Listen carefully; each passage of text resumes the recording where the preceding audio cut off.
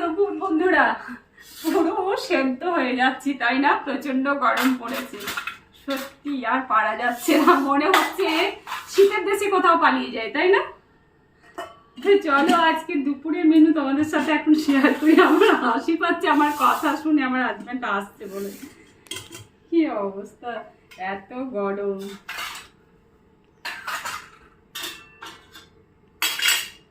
গরম ভাত কথাটা আর বলবো না, ভাত নিচ্ছি এটাই বলবো, কারণ এই গরমে আর গরম খাওয়া যাবে না। তো চলো ভাত সাজিয়ে নি। প্রচন্ড গরম তো তাই একটুখানি পাতি লেবু আর একটু লবণ কাঁচা লঙ্কা নিয়ে নিলাম, নিয়ে নিচ্ছি একটু করে স্যালাড। খুব চটজলদি আজকে শেয়ার করতে হবে থালিটা, কারণ আমি কুলারটা অফ করে নিয়ে শেয়ার করছি, নাহলে তোমরা শুনতে পাবে না কোনো কথা। আর আজকে বানিয়েছি নোটের শাক ভাজা, সেটা পেঁয়াজ দিয়ে ভেজেছি, শুকনো লঙ্কা ফোড়নে দিয়েছি, দারুণ লাগবে খেতে।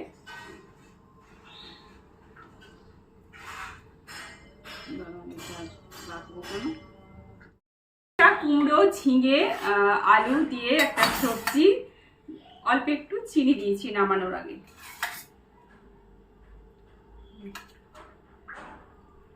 আর ডাল তো লাগবেই, কারণ ডালে প্রোটিন আছে, যেটা খাওয়া খুবই দরকার। ডালটা আমাদের তো মুসুর ডাল বানিয়েছি। আর এখানে আছে বাটা মাছের কারি, একদম ছোট ছোট বাটা মাছ, যেটাতে প্রচুর পরিমাণে আমরা ক্যালসিয়াম পাবো।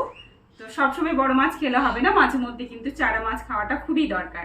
আর এই দেখো আমের চাটনি, এই চাটনিটা খেতে যা মানে, একটু আমটা পেকেছিল, জাস্ট মানে লাল লাল হয়েছে না গাছে, সেই আমটা আমি চাটনি বানিয়েছি। আহা যা লাগবে খেতে, এটা তোমাদের কি বলবো। আজকে দুপুরের মেনু এটাই ছিল।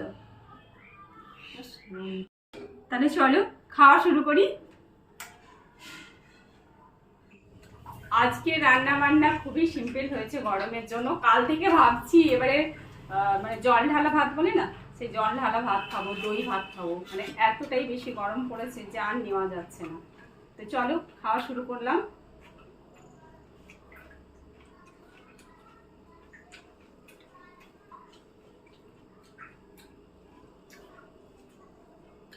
টাটা, খুব সাবধানে থেকো এই গরমে সবাই। টাটা।